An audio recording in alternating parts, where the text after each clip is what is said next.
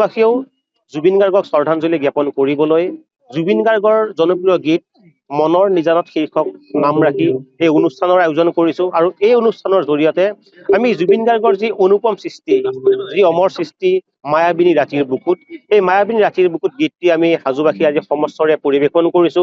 আপোনালোকে দেখিবলৈ পাইছে যে প্ৰায় সহস্ৰাধিক বুলি মই এইকাৰণে কৈছো এইটো অনুমান হয়তো আপোনালোকে কৰিব পাৰিব যে কিমান সংখ্যক লোকে আজি হাজোবাসীয়ে জুবিনদাৰ মায়াবিনী গীতটি পৰিৱেশন কৰিলে আৰু ইয়াৰ উপৰিও এই অনুষ্ঠানত অংশগ্ৰহণ কৰাৰ বাবে জুবিন গাৰ্গক গীতৰ মাজেৰে শ্ৰদ্ধাঞ্জলি জনাবৰ বাবে হাজোবাসী আজি স্বতঃস্ফূৰ্তভাৱে ওলাই আহিছে। হাজোৰ প্ৰতিখন বিদ্যালয় প্ৰতিটো দল সাংস্কৃতিক দল আজি ওলাই আহিছে আৰু জুবিন গাৰ্গৰ একান্ত যি ভালপোৱা তেখেতক ভালপোৱা শিল্পীসকল আছে জুবিনদাৰ ঘনিষ্ঠ শিল্পীসকলে আজি আমাৰ এই অনুষ্ঠানত আহি শ্ৰদ্ধাঞ্জলি জ্ঞাপন কৰিছে।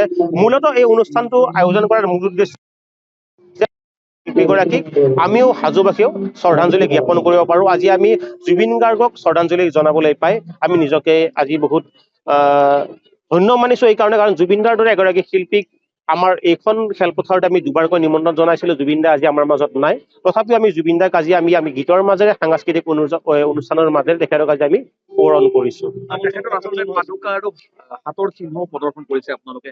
দিগন্ত মাধৱ গোস্বামীও আহিছে। হয়, বিশিষ্ট ভাস্কৰ্য শিল্পী দিগন্ত মাধৱ ডাঙৰীয়াই জুবিনদাৰ যি পদচিহ্ন তেওঁ সংৰক্ষণ কৰিছিল। সংৰক্ষণ কৰাৰ পাছত আমি তেখেতৰ সৈতে যোগাযোগ কৰিছিলো আৰু তেখেতে কৈছিল হয় মই হাজোলৈ আহিম, আৰু হাজোবাসীৰো এটা মনৰ ইচ্ছা আছে যিহেতু হাজোবাসীৰ লগত জুবিনদাৰ এটা সম্পৰ্ক আছিল, যিহেতু হাজোত জুবিনদাই অনুষ্ঠান পৰিৱেশন কৰিছে। হাজোৰে যি কেতিয়াবা এই অঞ্চলৰে আন প্ৰান্তত অনুষ্ঠান পৰিৱেশন কৰিবলৈ যায় তেখেতে সদায় এনেকুৱা ধৰণৰ ঘটনা হৈছিল আৰু সেই যি পদচিহ্ন আছিল পদচিহ্ন হাজোবাসীৰ সন্মুখত প্ৰদৰ্শন কৰাৰ আমি পদচিহ্ন সকলোৱে যেতিয়া দৰ্শন কৰিব যাব পৰা নাই, কিন্তু হাজোত পদচিহ্ন এইকাৰণে প্ৰদৰ্শন কৰিছে জুবিনদাৰ পদচিহ্ন সহায় হয়।